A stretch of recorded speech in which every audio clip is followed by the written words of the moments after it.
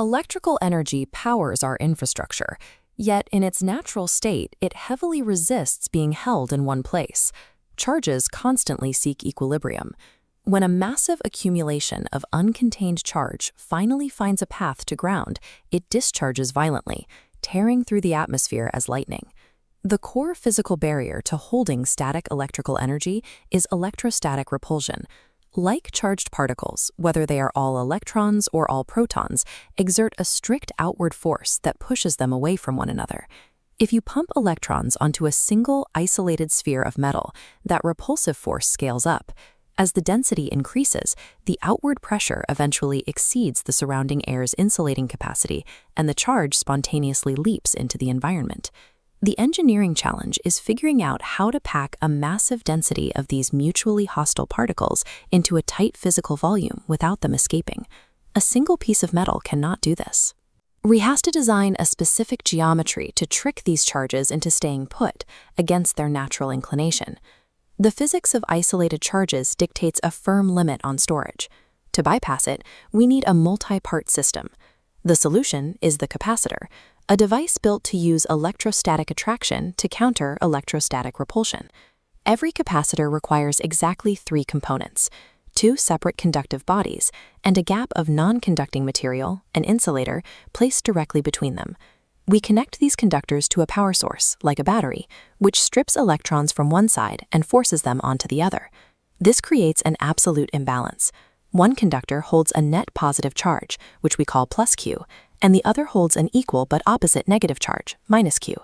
Across that empty gap, an electric field snaps into existence. These invisible field vectors bridge the space directly from the positive surface to the negative surface.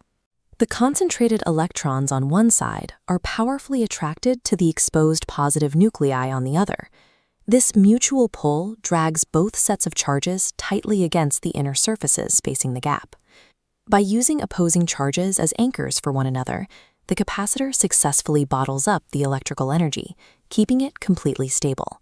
To quantify how much energy this system holds, we must look at the physical mechanics happening inside the gap between the conductors. The intensity of the electric field, designated by the letter E, is directly proportional to the total charge Q on the plates. Double the charge, and you strictly double the density of the field lines. This brings us to potential difference, commonly known as voltage. Potential difference is defined as the amount of mechanical work required to push a unit test charge from one plate to the other, moving directly against the direction of the field. Pushing a positive charge toward a positively charged plate is like compressing a heavy physical spring. It requires external energy to overcome the repulsive barrier. Because a denser electric field fights back with more force, it requires more total work to cross it. Therefore, the potential difference, the voltage, is directly proportional to the total charge stored on the plates. This graph tracks that exact relationship. As we pump more charge into the capacitor on the y-axis, the potential difference on the s-axis rises in perfect lockstep. Both the charge and the voltage fluctuate depending on the power source connected, but the ratio between them is a rigid property of the hardware itself. The internal field density and the voltage across the gap are strictly tied to the volume of physical charge sitting in the trap. That locked ratio is defined as capacitance, or C. Capacitance equals the charge Q divided by the potential difference V. It is easy to fall for the bucket fallacy, the assumption that forcing more charge into a capacitor increases its actual capacity. If you double the charge on the plates, the voltage strictly doubles with it. The resulting ratio, the capacitance, does not move at all. Capacitance is an intrinsic property determined entirely by the geometry of the components, the surface area of the conductors, their specific shapes, and the physical distance separating them. The specific non-conducting material filling the gap, known as a dielectric, also acts as a multiplier for this constant, depending on its molecular structure. The standard unit for measuring this blueprint is the farad, named after Michael Faraday. 1 farad equals 1 coulomb of charge held per volt of potential. This is a colossal volume of storage. Real-world components are almost always measured in microfarads, 1/1,000,000th of a farad, or picofarads. Capacitance acts as a geometric rating. It defines how much charge a specific system can absorb for every volt of pressure applied to it. This entire system operates under a strict physical constraint. No insulator is perfect. Every material possesses a breaking point where it stops resisting and begins conducting electricity. As you cram more electrons into a confined space, the electric field becomes extreme. Eventually, the tension across the gap grows so violent that it rips the bound electrons away from the insulator's own atoms. This microscopic failure is called ionization.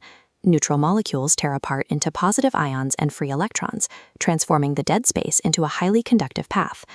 The exact threshold where this failure occurs is known as the material's dielectric strength. It represents the maximum electric field an insulator can withstand before collapsing. For a standard gap of atmospheric air, that limit sits at roughly 3 million volts per meter. Past that point, the air itself becomes a wire. When the threshold is breached, the capacitor experiences electrical breakdown. The charge instantly leaks across the ionized spark, neutralizing both plates and destroying the component. The ultimate engineering goal is to pack as much charge as possible into the device without ever generating a field strong enough to hit the spark point. We solve this physical bottleneck by looking at our rearranged formula: voltage equals charge divided by capacitance. To store a massive amount of charge while keeping the voltage low, the physical structure itself must possess a very high capacitance. Look at these two configurations.